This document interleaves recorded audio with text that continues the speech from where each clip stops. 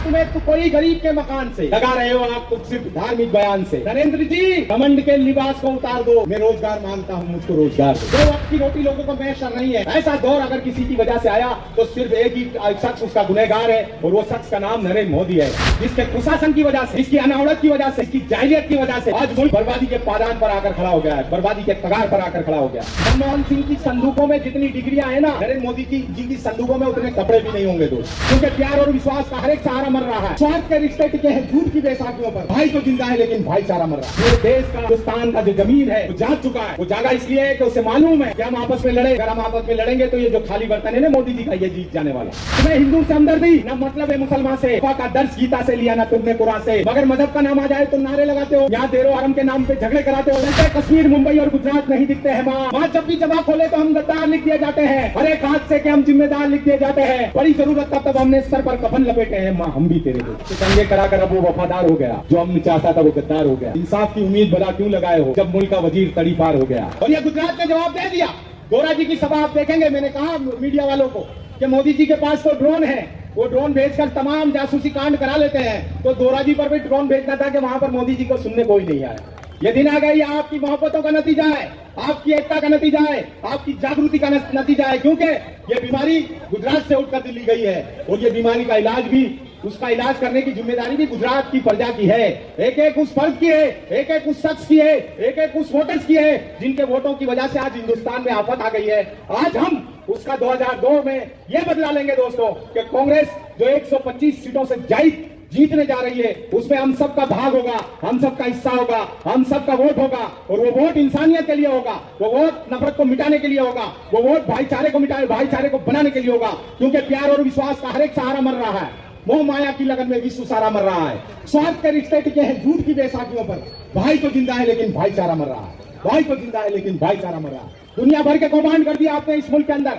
आप कहते हैं 70 साल में कांग्रेस ने क्या किया? जवाब देता है साहब शेख, जब हमें ये मुल्क मिला था ना कांग्रेस को, जब मुल्क गुलाम था, जिसे अंग्रेजों ने 300 साल लूटा था, उस मुल्क को जब कांग्रेस के हाथों में दिया गया ना, सुई तक नहीं बनती थी इस मुल्क में। सुई ना बनने वाले मुल्क को परमाणु संपन्न करने का काम अगर किसी ने किया तो वो कांग्रेस की विचारधारा ने किया, दोस्तों परमाणु संपन्न बना दिया। लेकिन कहीं पर भी कांग्रेस के लीडरों के प्रचार प्रसार में देश का करोड़ों अरबों खरबों रुपया खर्च नहीं हुआ। खर्च हुआ डैम बनाने में, खर्च हुआ ब्रिज बनाने में। ऐसे ब्रिज नहीं, मोरबी जैसे ब्रिज बनाए तो आज गैस भाई लोग डरते हैं कि यार ये ब्रिज पे से गुजरूंगा मैं तो पहले तलाश कर लूं, पहले आरटीआई कर लूं कि ये ब्रिज कहीं मोदी जी ने तो नहीं बनाया। कांग्रेस के बने हुए स्कूल में पढ़ो तुम, कांग्रेस की बनाई हुई इंस्टीट्यूटों में जिंदगी जियो तुम, पेंशन से लगाकर दुनिया भर के तमाम सिस्टम दे कांग्रेस, उसे खत्म करो तुम, पूरे मुल्क को नफरत की आग में झोंक दो तुम। आज किसी से तुम्हारे ताल्लुकात नहीं, उसकी वजह क्या है? क्यों? कि तुम्हारे पास शासन नहीं, सिर्फ कुशासन है, और वो कुशासन की देन है। इसलिए मैं आप सभी से गुजारिश करता हूं, बहुत अच्छी तकरीरें करना आती है अल्लाह के फजलो करम से, उस प्यारे नबी की दुआ है, मैं भी वही नबी का गुलाम।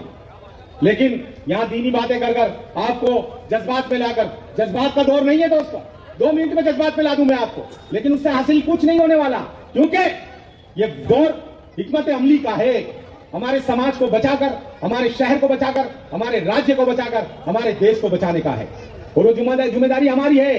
क्योंकि हमने ये एक ऐसा दौर आ गया, अंग्रेजों का एक जो दौर था गयास भाई, अंग्रेजों ने हुक्मचंद जैन को जिंदा कब्र में लेटा दिया था, जिंदा, और मुनीर बेग को जिंदा चिता पर जला दिया था। क्यों किया था ऐसा? इसलिए कि हिंदू मुसलमान दंगे हो जाएं। लेकिन उस दौर का मुसलमान जानता था कि ये दंगे हुए तो अंग्रेजों को मदद मिलेगी, अंग्रेज मजबूत हो जाएंगे। दंगा नहीं हुआ। अब ये कोशिशें टीवी चैनलों के जरिए, ये कोशिशें डिबेट के जरिए, ये कोशिशें टीवी क्या बोलते हैं इंग्लिश में, प्रिंट मीडिया के जरिए पूरे मुल्क में बार बार लगातार हम तमाम धर्म जाति के लोगों को लड़ाने की कोशिशें, काविशें लगातार जारी है। लेकिन पूरे देश का, हिंदुस्तान का जो जमीन है वो जाग चुका है। वो जागा इसलिए है कि उसे मालूम है कि हम आपस में लड़े, अगर हम आपस में लड़ेंगे तो ये जो खाली बर्तन है ना मोदी जी का, ये जीत जाने वाला।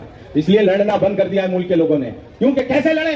अब हमें लड़ना है महंगाई के खिलाफ, अब हमें लड़ना है बेरोजगारी के खिलाफ, अब हमें लड़ना है भ्रष्टाचार के खिलाफ, अब हमें लड़ना है उन बलात्कारियों के खिलाफ, अब हमें लड़ना है वो 32 पेपर जो लीकेज कर दिए गए और हमारे नौजवान बच्चों के हाथों में से जो रोजी रोजगार छीन लिया गया, उनको हक दिलाने के लिए लड़ना है दोस्तों। आपस में लड़के ये मसले हल नहीं होंगे, ये मसले और उलझ जाएंगे। और ये मसलों को सुलझाने के लिए हमारे देश में फिर से अमन लौटे, हमारे देश में फिर से भाईचारा लौटे, वो प्यार और अखवत लौटे। इसलिए हमें आपस में एक होकर अपने आप को भी, अपने शहर को भी, अपने इलाके को भी और अपने देश को बचाने का है। सदाकत पर जो रेबरी है वो तस्लीम करता हूं। ये बैठा गयासुद्दीन शेख, इसकी नजर करता हूं ये बात कि सदाकत पर जो रेबरी है वो तस्लीम करता हूं।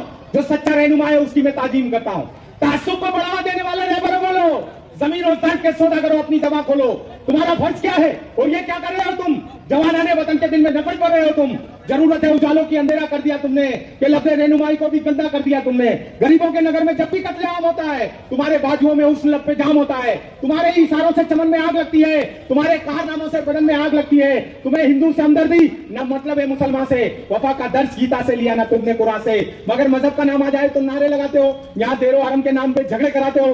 चलाया जंगली कानून इंसानों की बस्ती में, गिरे हैं मंदिरों मस्जिद तुम्हारी सरपरस्ती में। मैं शायर हूं जो देखूंगा वही हर बार लिखूंगा, तुम्हें गद्दार लिखा है तुम्हें गद्दार लिखूंगा।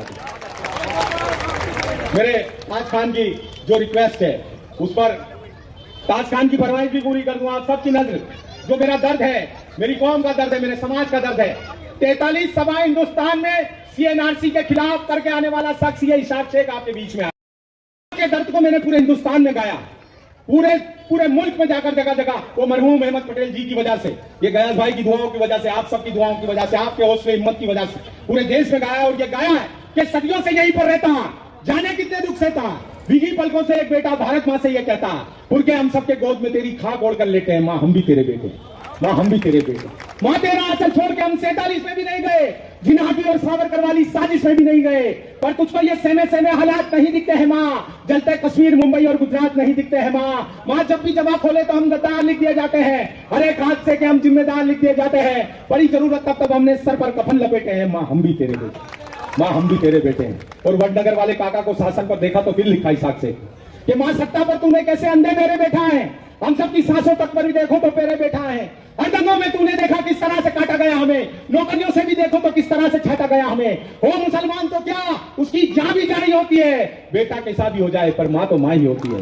तू झांक के दिल में देख जरा, हम कितने दर्द समेटे हैं, माँ हम भी तेरे बेटे हैं। वक्त बहुत हो चुका, अब गैस भाई को, नीरव भाई को सुनना है। मैं फिर से आप सभी से हाथ जोड़कर गुजारिश करता हूँ कि हम किसी के बहकाव में ना आकर, किसी की बातों में ना आकर, आपने बरसों तक गयासुद्दीन को जो प्यार मोहब्बत लुटाई है, और उस मोहब्बत और प्यार का जो बदला गयासुद्दीन ने आपको दिया है, आपके दर्द में खड़े होकर, आपके लिए लड़कर, आपकी बातों को सदन में रखकर, सड़कों पे रखकर, हर उस लीडर के साथ भी लड़ाई कर दी जो उसकी बातों को नहीं मान रहा था, नहीं समझता था। ऐसे शख्स के लिए आना ये मेरा फरीजा था, मेरा फर्ज था। मैंने कोई एहसान नहीं किया, लेकिन आप सब जागते रहे। 5 तारीख तक किसी के बेखाव में नहीं आए। जो लोग लड़े वो भी हमारे अपने ही हैं, लेकिन वो क्या करें, वोट के बाद दोस्ती रहेगी, इलेक्शन के बाद दोस्ती रहेगी, गयासुद्दीन जीतेगा उसके बाद दोस्ती रहेगी। पर आप सभी से आखिर में यही कहकर मैं अपनी बात को खत्म करूंगा कि दंगे कराकर अब वो वफादार हो गया, जो अमन चाहता था वो गद्दार हो गया। इंसाफ की उम्मीद भला क्यों लगाए हो जब मुल्क का वजीर तड़ी पार हो गया। बहुत शुक्रिया, थैंक यू।